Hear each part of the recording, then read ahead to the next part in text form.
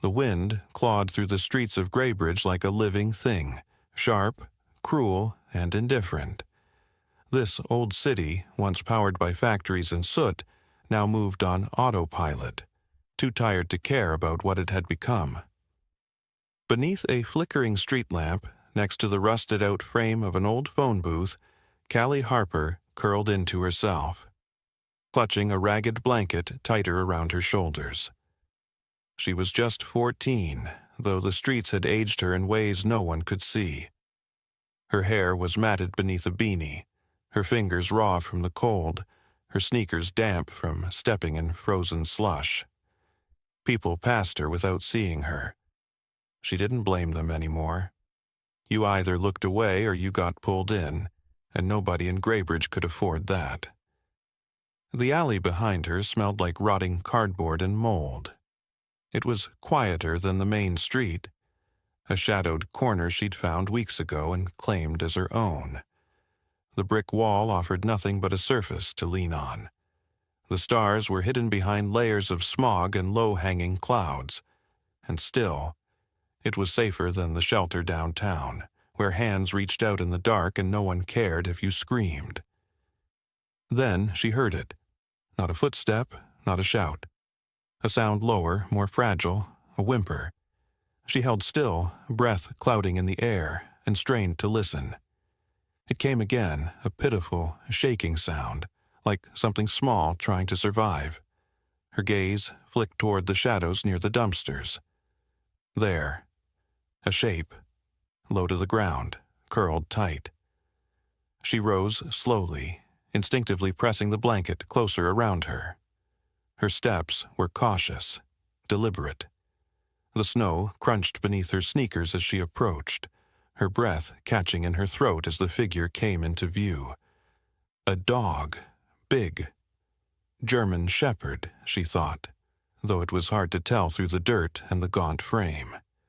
Its fur was matted with ice and grime, its ribs visible through a once thick coat. The animal lifted its head, ears twitching toward her presence. Brown eyes locked onto hers, glassy but intelligent. Callie stopped 2 feet away. The dog didn't move, just lay there, shivering, staring. Her chest tightened. It wasn't fear she saw in the dog's eyes, it was surrender. She hesitated, then knelt, her joints creaking in protest from the cold. "Hey," she whispered. Her voice was hoarse. She hadn't spoken to anyone in 2 days. "You're worse off than me." The dog didn't growl, didn't bark. It just shivered harder. Callie looked down at her blanket. It was barely thick enough to keep the chill out of her bones, but it was all she had. She clenched her jaw, teeth chattering, and pulled it from her shoulders. The cold bit into her skin immediately.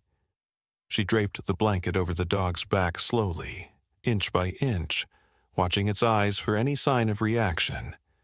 It let out a soft whine as the fabric touched it, then shifted, pressing slightly closer to her knee. For a moment, neither moved. The snow continued to fall, light and silent, like the world was watching and waiting. Then the dog let out a long breath, heavy and trembling, and rested its head against the pavement again, this time facing her. That night, Callie stayed beside it. She didn't sleep much. The ground was too cold, and her hoodie too thin. But the dog leaned against her like it needed her warmth to survive, and that was enough.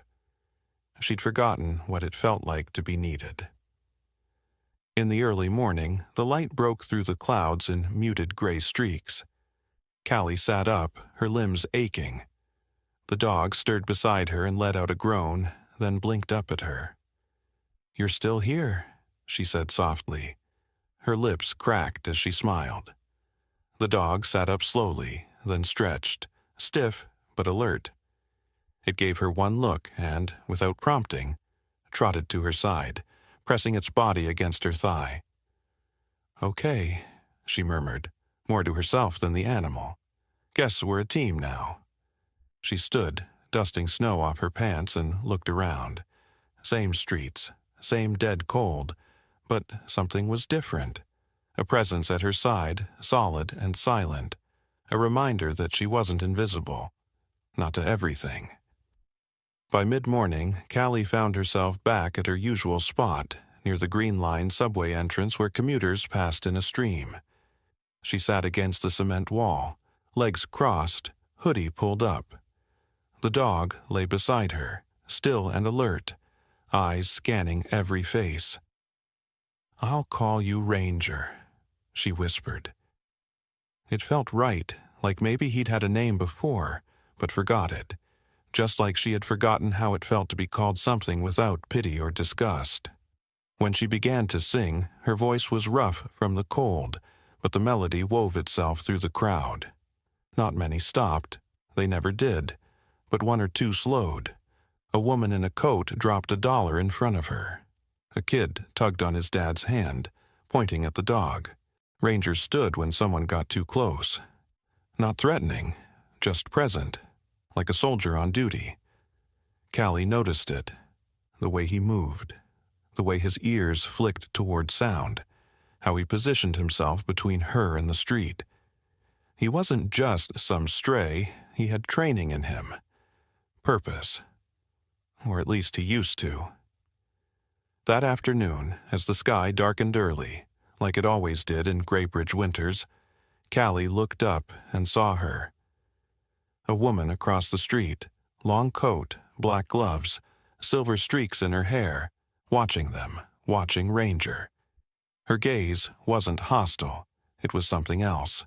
Recognition, memory, and then, just as quickly, she turned and walked away.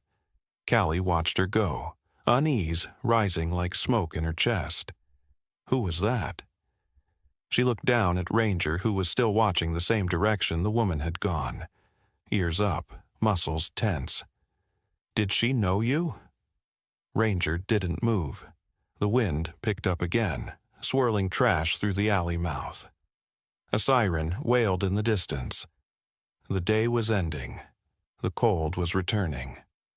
Callie rose, Ranger close beside her, and began the long walk back to the edge of the industrial district where she sometimes slept beneath the collapsed stairwell of an abandoned office building.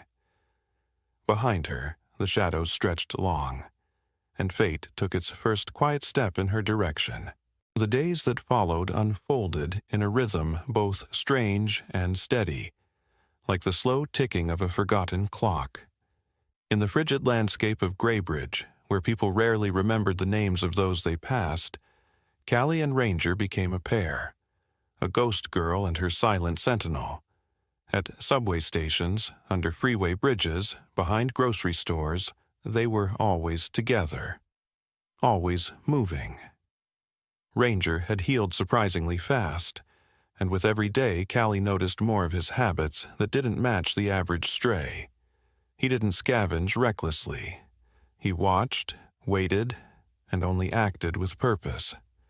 He walked ahead of her sometimes, tail low, scanning the sidewalks with the soldier's discipline. When Callie sang in public, he'd position himself at her right side, ears alert, eyes never still. If someone walked too close, he stepped forward. Not aggressive, just protective, trained. It both comforted and unsettled her. They'd made a routine stop at the Westbridge station that afternoon.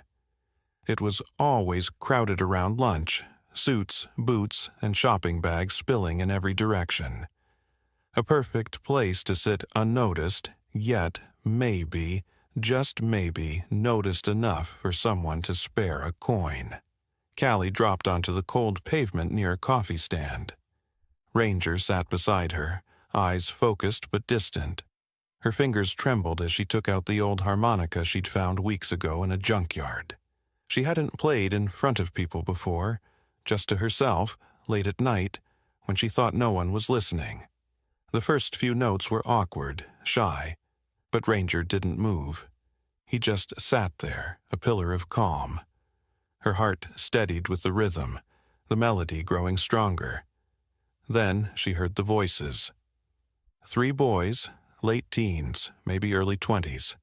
the kind that roamed in packs, surviving by taking from those even lower on the food chain. She didn't look at them, but she could feel their energy, a low hum of tension creeping closer. "That her?" one whispered. "Yeah, saw her down on State Street, made decent change with that mutt of hers." Her hand froze on the harmonica. The tallest stepped forward. Callie stiffened. Ranger didn't growl. He just rose to his feet with slow, surgical precision, placing himself squarely between Callie and the boys. "Relax," the leader sneered. "We're not going to hurt her. Just want what she made today." Callie stood slowly. "I don't have anything," she lied. Her voice cracked with cold and fear. The second boy stepped closer. "Come on, sweetheart. That dog can't protect you forever." That's when Ranger moved. He didn't bark. He lunged.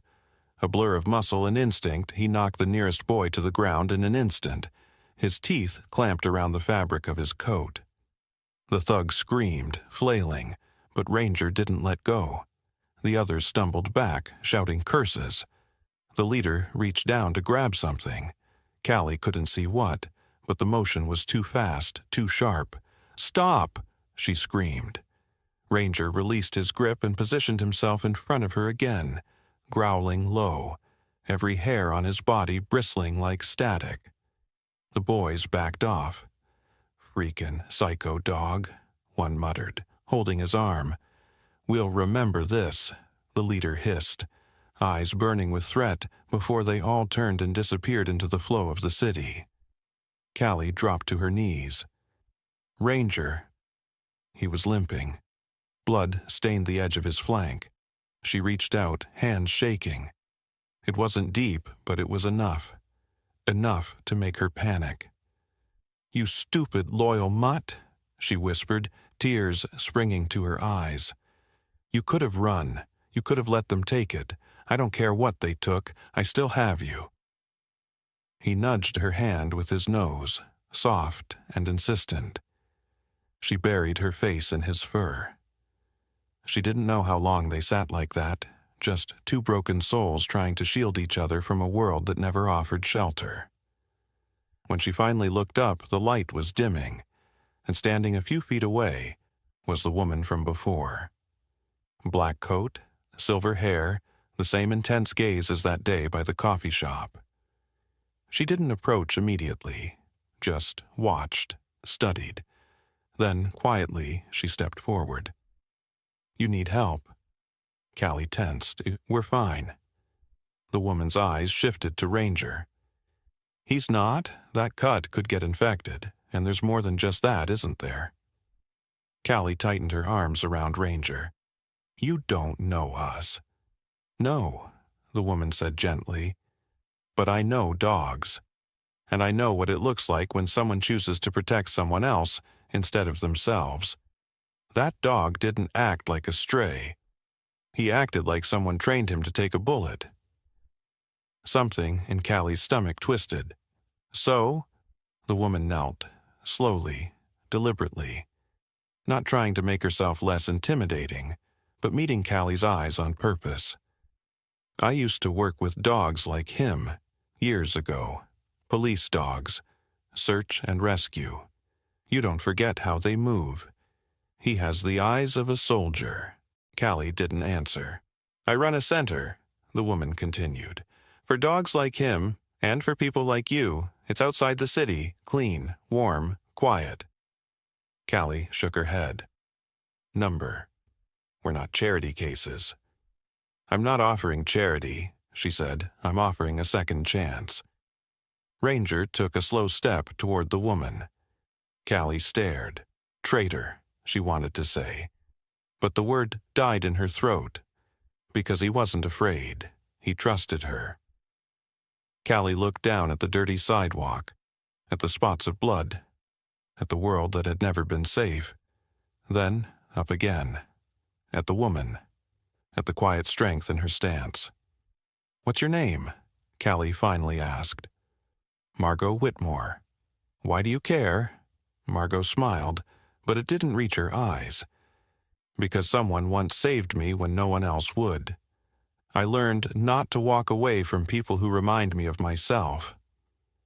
Callie hesitated, and then, with a breath that felt like surrender and defiance all at once, she said, "Okay, but if you try anything, you'll have Ranger," Margot said, "and I think we both know he'd never let anything happen to you." That night, for the first time in months, Callie didn't sleep in the cold, and Ranger, his body bandaged and fed, curled beside her on a warm bed.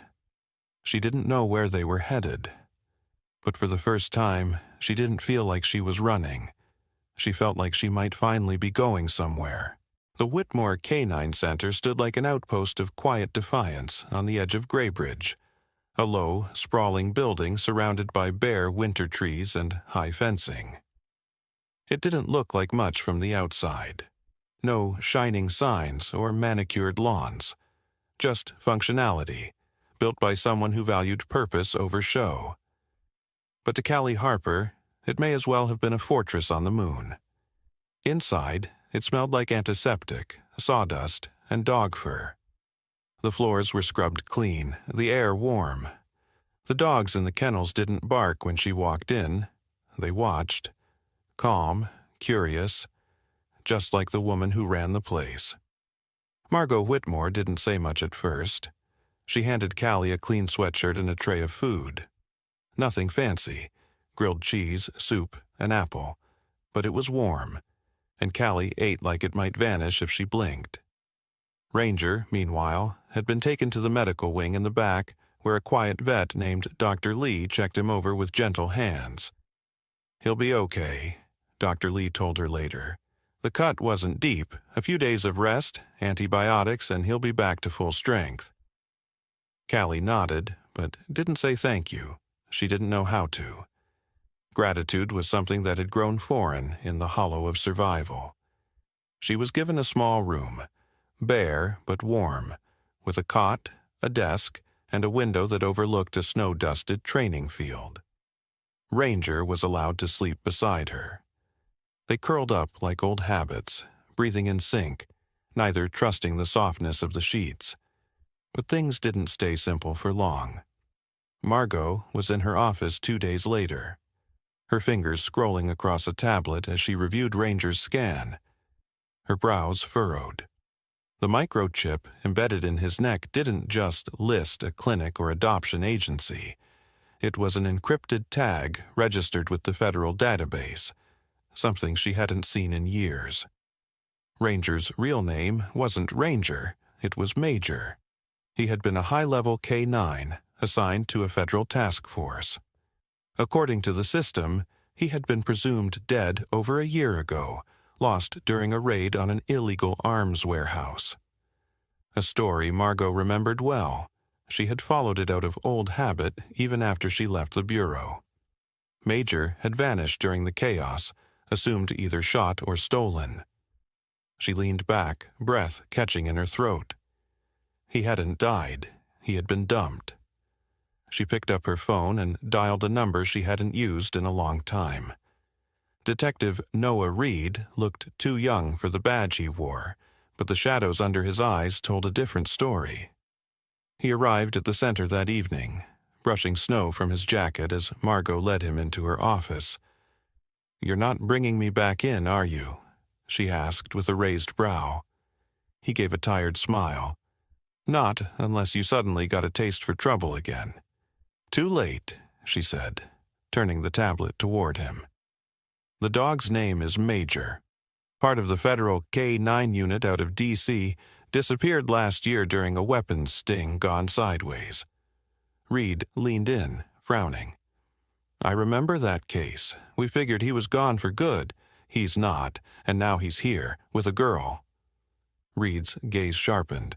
"What girl?" "She calls herself Callie Harper. Around 14, no ID, no last name on file anywhere, been living on the streets at least a year. She found Major, or maybe he found her.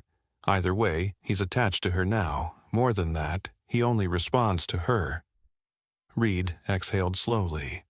So she might be connected. "I don't know how deep, Margot admitted. She won't say much. She trusts the dog. Barely trusts me. She'd talk to me? She'd run. Reed sat back, drumming his fingers on the table. What do you want me to do? Dig, she said, quietly. If she's mixed up in something, I need to know, but don't scare her. That girl's already seen too much. Callie noticed the man in the coat before he said a word. She had that instinct, developed from sleeping with one eye open, trusting no one. He didn't ask her questions, just smiled politely and patted Ranger once before turning back into the building. She stared after him long after he was gone. That night, while Ranger slept, she sat at the window with her knees pulled to her chest. Snow fell in soft waves, muffling the world. She hadn't meant to end up here. She never stayed in one place for more than a week. But something about this place, it didn't push. It waited. Margot found her in the hallway the next morning. Walk with me, she said simply. They strolled past kennels and training rings. Dogs barked and played, but Margot said nothing for a long while. When I was your age, she began eventually, I thought adults were just broken kids who learned how to pretend better. Turns out I wasn't far off. Callie glanced sideways. What happened to you? Lost someone I should have saved, Margot said. Took me years to stop trying to make up for it. This place is how I do that. Callie didn't answer, but her steps slowed, ever so slightly, like maybe she wasn't so eager to run. Later that afternoon, Callie stood behind the observation glass watching Ranger move through the training course. A trainer clapped and called out commands, but Ranger ignored him, sat down, waited. Callie tilted her head. He doesn't like him. Margot nodded. He's not used to strangers anymore. Callie opened the door. Walked in. Ranger's head snapped up, ears high. The moment her voice whispered, "Come here," he obeyed. Not just obeyed, transformed.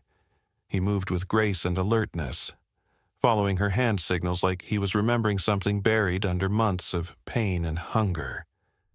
The trainer gaped. How did you? Callie just shrugged. He listens.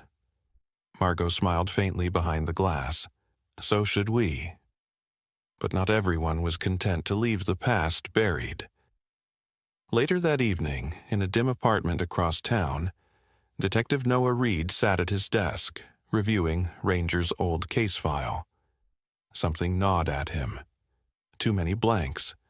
Photos of a busted weapons warehouse.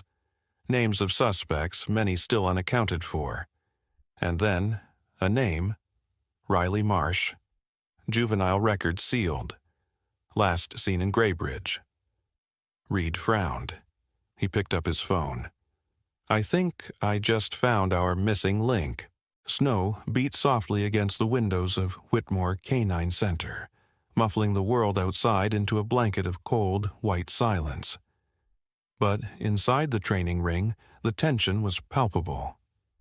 Callie stood at the center, her hand outstretched, steady as stone.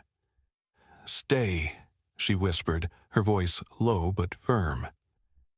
Across from her, Ranger froze mid-stride, ears locked on her voice. The air between them thrummed with something deeper than training, an understanding forged not from commands, but survival. Margot and Dr. Lee watched from the catwalk above, clipboard in hand. He listens only to her, Dr. Lee murmured. None of our handlers can get through, because she's the only one he trusts, Margot replied, and maybe the only one who ever saw him as more than a weapon. Ranger obeyed every signal Callie gave. Sit, down, turn, stop. But the moment someone else tried to call him, he turned silent and wary. It was clear now. Ranger, or Major as the records had called him, was no ordinary stray. He had once been something more, and someone had tried to erase that. Margot called Callie in after the session. The girl entered slowly, guarded as ever. Her hoodie sleeves tugged over her hands, eyes always scanning. "I've been working with dogs a long time," Margot began, "but I've never seen a bond like the one you two have." Callie said nothing. "You ever think about training professionally?" Margot continued. Callie blinked. "I'm not good at anything." "That's not true," Margot said, sliding a photo across the table. It was a still frame from the security camera footage. Callie with her hand raised, Ranger sitting perfectly at her side. "You have an instinct. Most people spend years learning what you already know." Callie stared at the image. It didn't feel like her. And yet, there she was, steady, in control, like someone she didn't yet believe she could become. But outside the center, trouble was circling.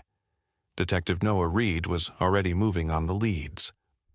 Riley Marsh had resurfaced in Graybridge 6 weeks earlier, just around the time Callie and Ranger had started appearing at subway stations. He had a juvenile record for assault and theft, and more recently, links to a suspected underground ring trafficking stolen working dogs. Noah called Margot. "You were right," he said over the line. "This girl didn't just stumble onto Major. Riley was in the same area when the dog went missing. I think he was part of the crew that took him." Margot's voice tightened. "Does he know Callie?" "I think he used to. And now that the dog's showing up online, videos, photos, he might be coming for him." Margot's blood ran cold. "Then we need to be ready." That night, Callie couldn't sleep. She sat on the floor of her room, her back against the wall, Ranger curled at her side. She scratched gently behind his ears, lost in thought. "They'll try to take you again, won't they?" she whispered. "But I won't let them." Ranger lifted his head, his golden eyes alert. He placed his paw gently on her leg, a gesture that meant something more than comfort. It was a vow, one that said, "Not without a fight." The next day, Margot ramped up Callie's training. Not just in handling dogs, but in understanding danger, reading body language, knowing when to trust and when to run. It was subtle, but Callie noticed. "You think someone's coming," she said bluntly during a break. Margot nodded. "We don't know when or how, but we need to be ready." And then, on a gray afternoon, it happened. Callie had just finished a session when she noticed a car idling across the road, not parked, just watching. The driver leaned slightly forward, hood up, sunglasses on despite the overcast sky. It was him. Riley. She hadn't seen him in over a year, but she remembered those eyes. Cold, sharp. Like someone who learned cruelty before he learned kindness. She turned fast and ran inside, heart pounding. "He's here," she told Margot. "Riley, outside." Margot didn't hesitate. "Get inside. Lock the back kennel. Stay with Ranger. I'll handle this." But Riley didn't wait for an invitation. By the time Margot got to the front gate, he was already walking across the gravel path, hands raised as if this were some friendly visit. "Well, well," he smirked. "Didn't think I'd find you here, Cal." Margot stepped between them. "You need to leave." Riley's eyes flicked toward her, then past her, to the kennels. "I'm just here for my dog." "He's not yours," Margot snapped. Riley chuckled. "Funny. Last I checked, everything on the street's up for grabs. Isn't that right, Callie?" Callie stood frozen at the far end of the field. Ranger at her side, every muscle in the dog's body coiled, ready. Riley's voice dropped. "You remember, don't you? How we used to run things, you and me, before you ran off like some kind of hero." Callie's jaw clenched. "I didn't run. I escaped." Riley's face twisted. "You think you're better than me now? Living in this little fantasy with your mutt and your fake mom?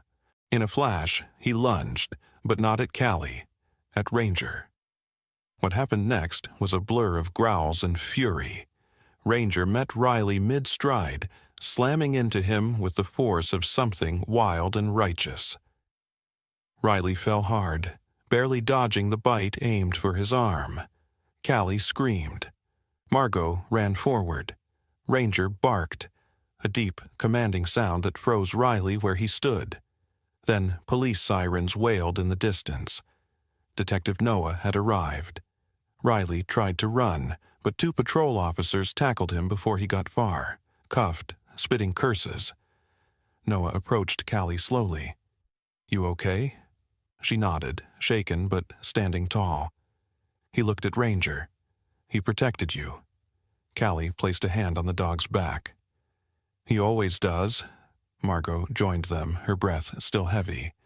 "We'll make sure he can't hurt anyone again." And for the first time, Callie believed it. The danger wasn't over, but it had a name now, a face, and it was behind bars. What remained was something far more fragile and far more powerful. Hope. Winter loosened its grip on Graybridge as the days grew a shade longer, and the snow along the sidewalks turned to slush under cautious boots. The storm had passed, at least the one outside. Inside the Whitmore Canine Center, something softer was unfolding. Something that didn't come easy in this city. Healing. Riley was behind bars. Detective Noah Reed had made sure of that. His confession, though smug at first, had spilled into a map of something far uglier than a dog theft ring. Ranger, once known as Major, was only one piece of a bigger machine. A pipeline that turned stolen canines into black market security dogs and discarded kids like Callie into lookouts, runners, bait. It was a system built on silence, on shadows, on kids nobody thought to protect. But Riley had talked, and with his testimony the pipeline began to crack. Noah didn't let it go. He followed it through every back alley and warehouse, piecing together records long buried. When the full scope emerged, kids, dogs, weapons, it lit up the department like fire. The bust made headlines. Margot, once a shadow in her own town, stood beside Noah during the press conference, solemn but proud. But that was just the outside story. The real one was happening in quieter ways. Callie didn't ask to be adopted. She didn't dream about it either. That kind of hope had been stolen long ago, somewhere between the shelter and the streets. But Margot, stoic, steady Margot, didn't ask for permission to care. She simply showed up, every day, with warm meals, firm boundaries, and a strange, almost maternal way of letting silence sit without pressure.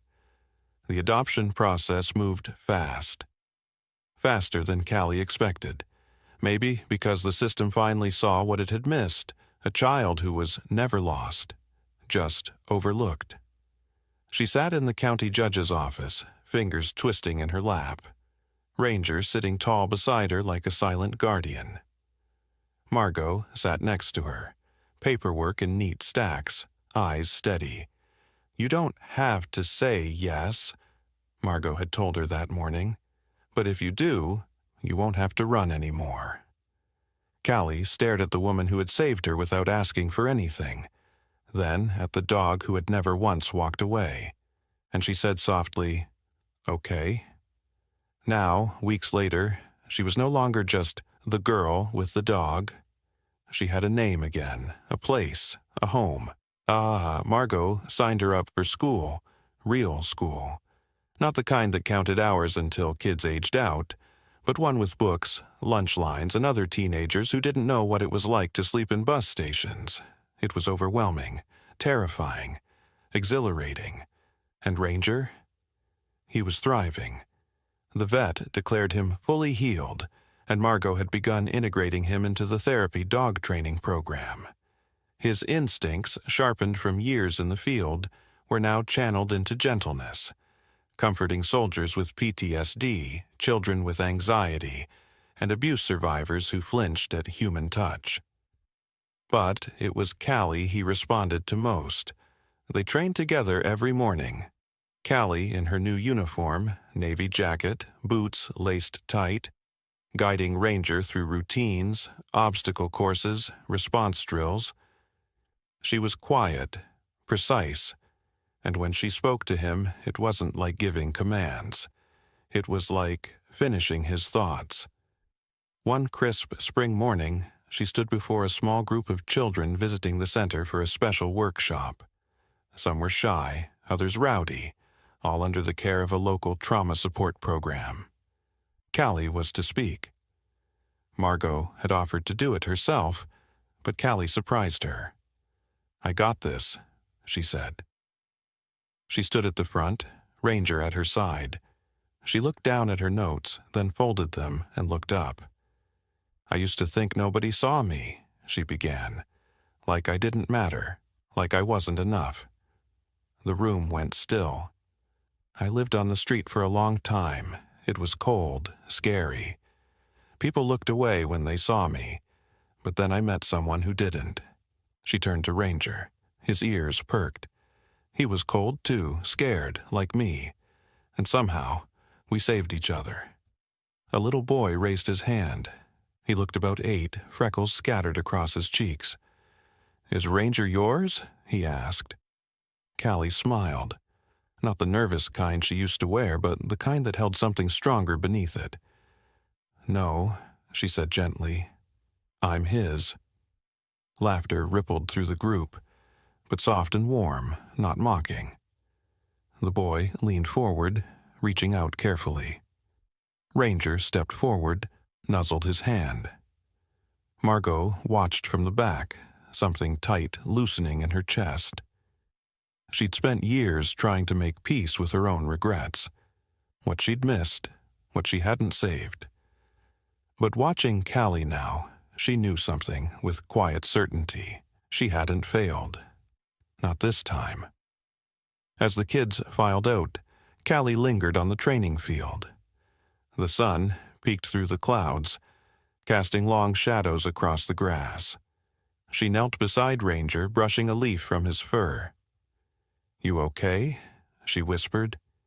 He huffed, tail wagging once. She looked to the sky. A soft breeze moved through the trees. In the distance, chimes from the front porch swayed in rhythm with the wind. Ranger lifted his head, and for a moment, just one, he let out a single, low, peaceful howl, not of sorrow, but of release. Callie closed her eyes, listening. They had found each other in the cold, and together they had stepped into the light. Abandoned German Shepherd turns into a princess after being seen by a homeless man. Then this happens. Rain fell in relentless sheets that night, drenching the cracked sidewalks and turning the narrow alleys of the outskirts into streams of cold, muddy water. The streetlights flickered dimly, casting shaky halos of light that did little to fight back the pressing darkness. Everything smelled of damp earth, rusted metal, and forgotten lives. At the far end of a deserted train station, beside a mound of garbage bags and discarded furniture, a figure lay still. It was a German Shepherd. Female, barely more than skin and bones, her fur matted with filth, her ribs protruding like the frame of a broken umbrella. Her breathing was shallow, uneven, as if each inhale cost more than she could afford. The rain clung to her fur and traced lines along old scars. Her ears twitched faintly, reacting to every sound. Every sudden noise made her eyes flinch. They were wide, gold-flecked, and terribly human in their expression, terrified but not yet resigned. A rusty chain mark lingered around her neck like a noose from some darker past, chafed into her skin. She did not bark, she did not whimper. She only waited, curled up as if she wished to disappear into herself. People passed by from time to time. A couple huddled under a shared umbrella quickened their pace. A man with headphones did not even glance. A delivery driver slowed his scooter, then veered away sharply. No one wanted to get involved with a dog like that. Filthy, possibly dangerous, certainly someone else's problem.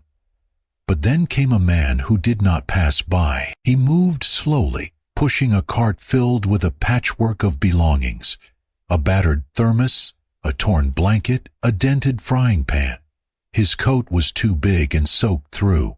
The graying stubble on his chin barely covered an old scar that ran down the left side of his face. His name was Frank. To most of the city he was invisible. Just another homeless man taking shelter near the forgotten edge of the world. Frank was a former soldier, once part of a unit deployed overseas during a conflict he never talked about. Post-traumatic stress disorder had carved deep trenches into his mind, long after the bullets stopped flying. When he returned home, the world had no place for his silence, his jumpy eyes, his ghost-like presence. Over time, the system failed him, or maybe he had just stopped trying to fit into it. Whatever the cause, the result was here, a man surviving day by day near the train tracks, with only the occasional spare meal and a journal of unwritten stories. Frank spotted the dog immediately. He stopped in the rain, his boots sinking into the soaked ground. For a long time he did not move. He just looked at her, really looked. He saw the cuts, the blood-crusted fur, the way her eyes followed every motion with equal parts fear and hope. Slowly, he unzipped his coat and reached into the inside pocket, pulling out the last piece of bread he had saved from earlier. It was a dry, crumbling half-roll, barely enough for one meal. He knelt, careful not to startle her, and placed the bread on the wet ground between them. "It ain't much," he said quietly, "but I can share." His voice was rough, but not unkind. The dog did not move. Rain soaked through her fur and into her bones. Frank did not push. He just sat there with her in the storm, the two of them strangers in the night, bound by something both fragile and unspoken. Minutes passed. Then, slowly, the German shepherd shifted. Her legs trembled as she tried to stand. She sniffed the bread cautiously, eyes flicking up to meet Frank's. In that moment, their eyes locked, not as man and dog, but as two souls who had been discarded, overlooked, and left to survive alone. Frank felt something stir in his chest that had long been dormant. He smiled, just barely. "You are safe now, princess," he whispered. His hand reached out, not demanding, just offering. The dog hesitated, then inched forward. She took the bread. And just like that, something changed in the rain. Frank called her princess. It came out almost without thought, as if he had been waiting his entire life to give that name to someone who deserved it. The morning after their first meeting, with the rain finally cleared and the sun barely piercing the low-hanging clouds, he looked at her curled beside him under the sagging overpass and said, "You are a princess, even if no one else sees it." Their life together was far from easy. Frank had nothing but a torn sleeping bag, a rusted shopping cart that held his few possessions, and a corner of the city that most people had forgotten existed. But he shared everything with Princess. When a nearby church handed out leftover sandwiches, he always gave her the fresher half. At public fountains, he cupped water in his weathered hands and let her drink first. At night, he wrapped the only blanket he had around both of them, making sure her body was covered before his. In a plastic bag inside the cart, Frank found a faded piece of purple fabric, once a curtain maybe, or part of an old prom dress. Over the course of a few days, using an old sewing kit that someone had thrown away, he stitched it into something resembling a dress. He adjusted it carefully to fit over Princess's shoulders and front leg. It was uneven, slightly frayed, and utterly imperfect. But when he gently laid it over her one afternoon and tied it beneath her neck, he looked at her with pride and whispered, "Now, you're my girl." Frank talked to her as if she were human, never once thinking it odd. At night, while sirens wailed in the distance and the hum of the city slowed, he told her stories.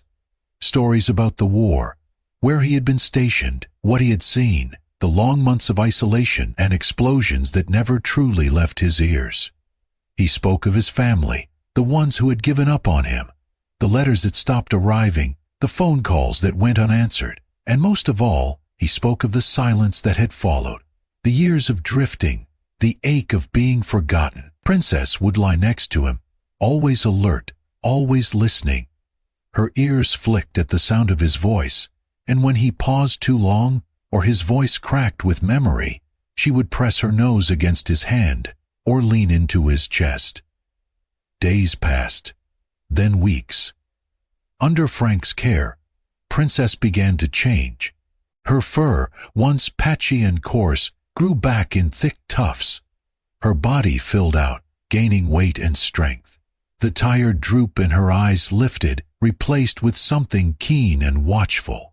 She walked with more confidence, and her tail wagged freely whenever Frank appeared with food or spoke her name. They walked together every morning, down cracked sidewalks and through alleyways where old buildings whispered forgotten stories. Frank, with his cart and worn boots, and Princess, in her makeshift dress, trotted proudly beside him. They were a mismatched pair, but no one could say they did not belong together. Where he went, she followed. Where she led, he trusted. One afternoon, they rested beneath a leafless tree in a small park that bordered the city's edge. The sky was gray, but calm. Frank sat with his back against the trunk, one knee drawn up, his sleeve rolled above his elbow. A long, pale scar stretched from his forearm up to his bicep, a jagged souvenir from a roadside bomb decades earlier. He rarely looked at it anymore. It was just a part of him, ugly, permanent, forgotten. Princess stood slowly, walked over, and without hesitation pressed her nose against the scar. Then, gently she licked it. Frank froze.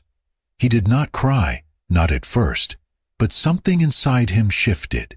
The scar, once numb, felt warm. The world, once so empty, felt smaller, less cruel. A dog who had once been thrown away had just honored the most painful part of him. He placed his hand on her head, his voice low and full of wonder. "You saw it," he murmured, "and you still came closer."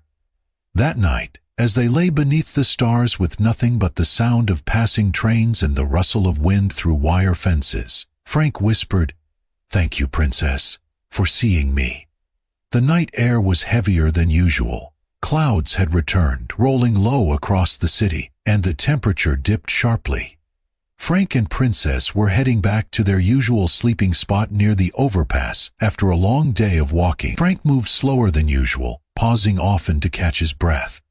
His chest had been tight for days, a pressure he tried to ignore. He told himself it was just fatigue, or maybe the cold, but deep down, he knew something was wrong. His heart, already weakened from years of untreated strain and hardship, had been quietly failing him. Princess walked closely beside him, sensing his struggle. She nudged his hand with her nose each time he stopped, her eyes fixed on him with quiet concern. He gave her a weak smile. "I am all right, girl, just a little tired." But he was not all right.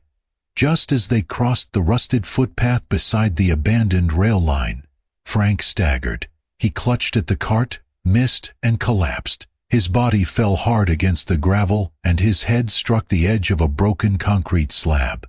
He lay still, face pale, lips blue, not making a sound. Princess froze.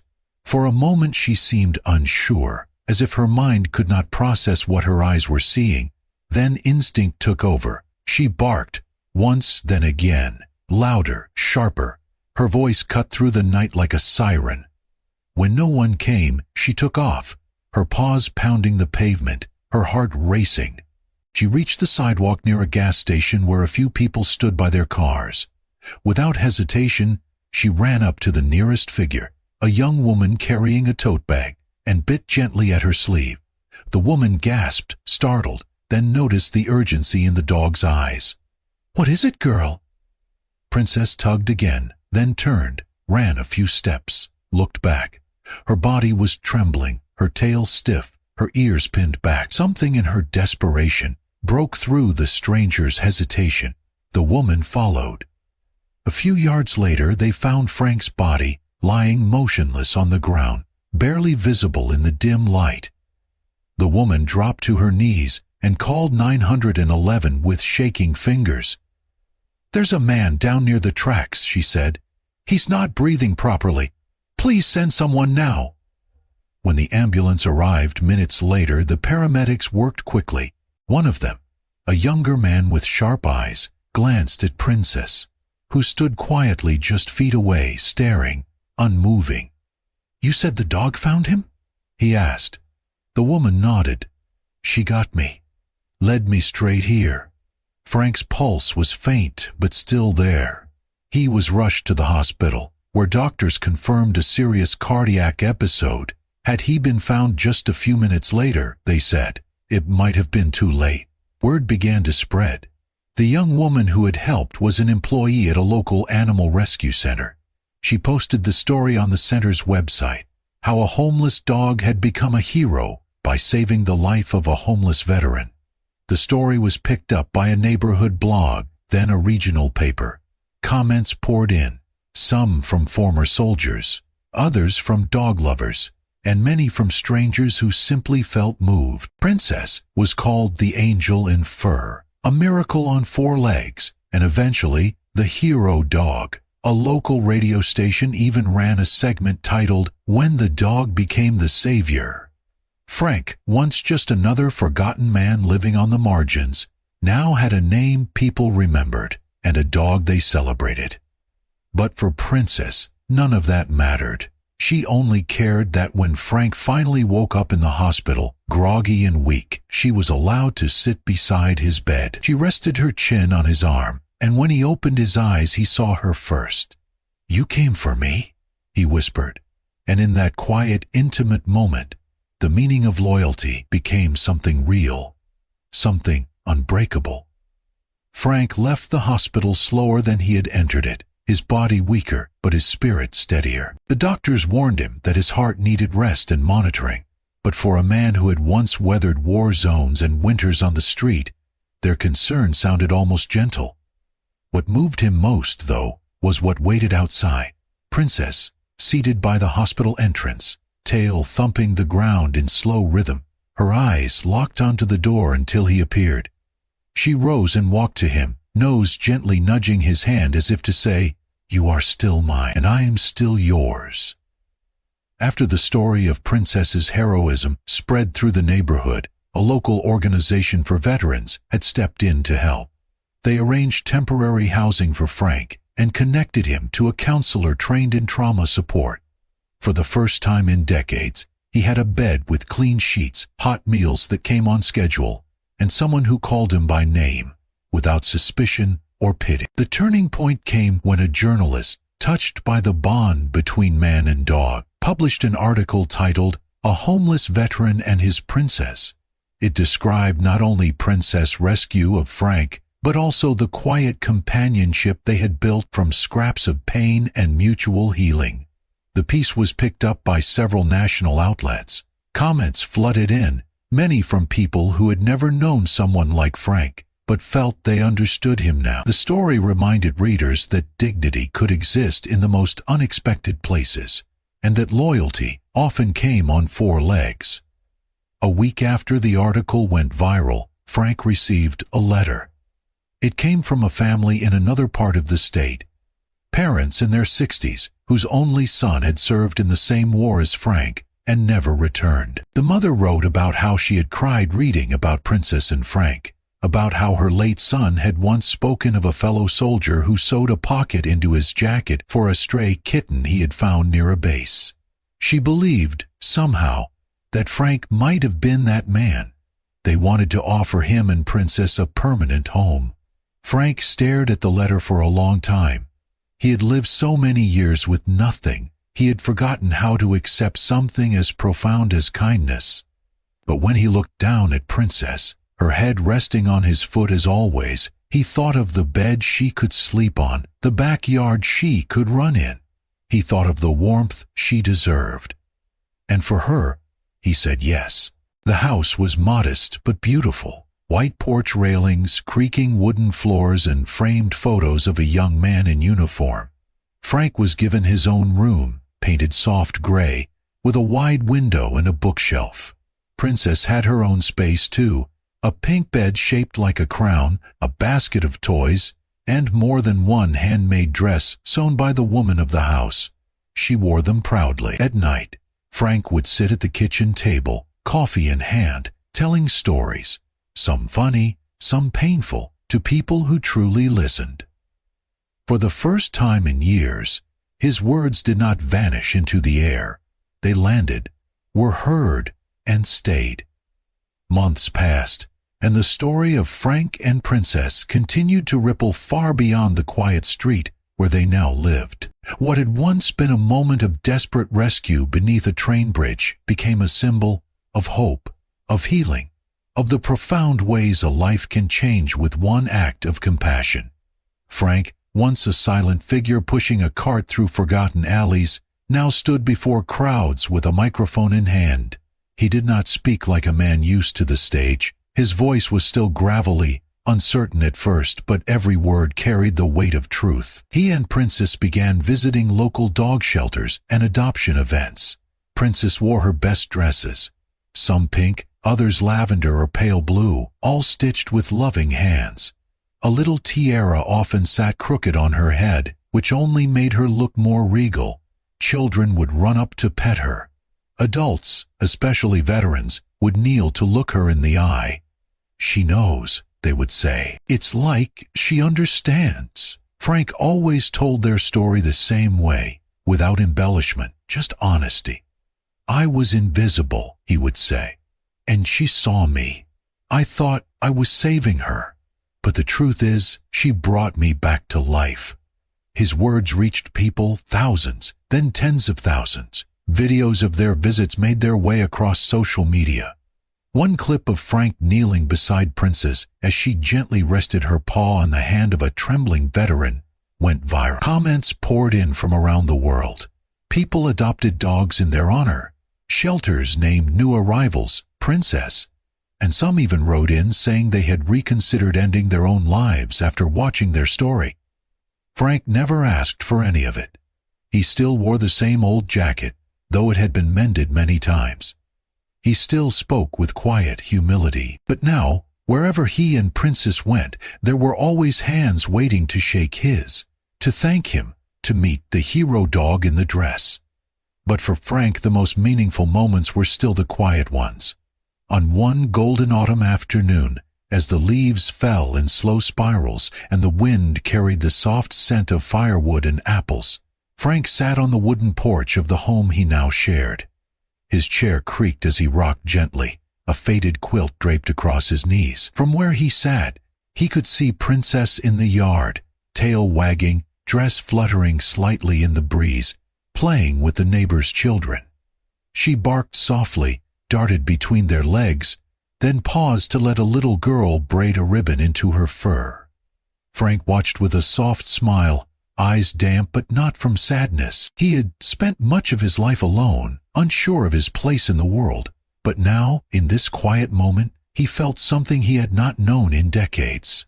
Peace.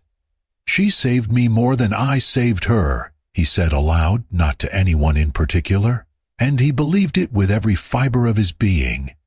As the sun began to sink behind the trees and the yard filled with golden light, Princess turned toward the porch. She trotted up the steps, tail wagging, and laid her head gently on Frank's knee. He stroked her fur, his hand trembling just slightly, and whispered something only she could hear. In the final lines of their story, etched not in books or newspapers, but in the hearts of those who heard it, one truth remained. Sometimes, angels do not have wings. Sometimes, they have 4 paws. Thank you for joining us on this incredible journey of love, loyalty, and second chances. Frank and Princess showed us that even in the darkest places, the smallest acts of kindness can spark the brightest light. Their bond reminds us that rescue is never one-sided. Sometimes, it is the one you save who ends up saving you. If this story touched your heart, Imagine how many more are out there, waiting to be told. Subscribe to Amazing Paws Stories for more true, emotional tales of animal rescue, hope, and the beautiful connections between people and the pets who change their lives forever. Because sometimes, the greatest heroes have fur, and the most powerful love comes on 4 legs.